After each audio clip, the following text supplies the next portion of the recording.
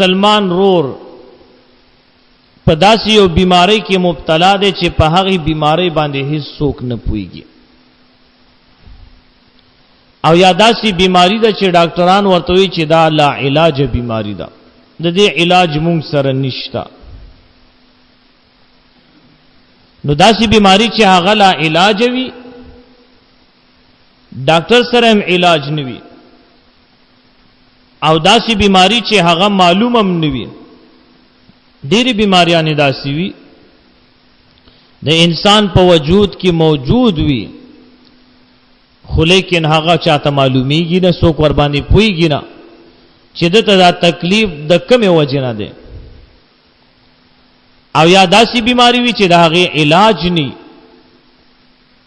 نو دا بیماری به څنګه ټیک شي؟ نو دا بیماری ټیک کیږي، دغه مسلمان بنده ته پکار دی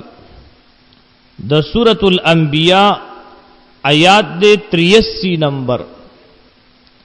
ولسم سپارہ کی سورۃ الانبیاء 83 نمبر آیات دے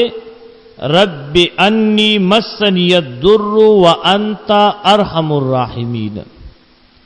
سیدنا حضرت ایوب علیہ السلام دعا دا نو ایوب علیہ السلام چې دا دعا وکړه نو الله رب الجلال جل جلاله د هغه د اتلسو یا د اتیو کالو چې کومه بیماری و الله پاک هغه ختم کړله. نو ایوب علیہ السلام باندې بیماری راغلی و، نو دغه لا علاج مرض د پاره دا دعا چې ایوب علیہ السلام کړی و رب انی مسنی الضر وانت ارحم الراحمین. دا دعا چې څوک په کثرت سره وای او تر هغه پوری وای چې تر سو پوری دا بیماری نه ختم شوي، الله رب الجلال جل جلاله به ور باندې رحم وکي او دغه لا علاج بیماری به ختم شي.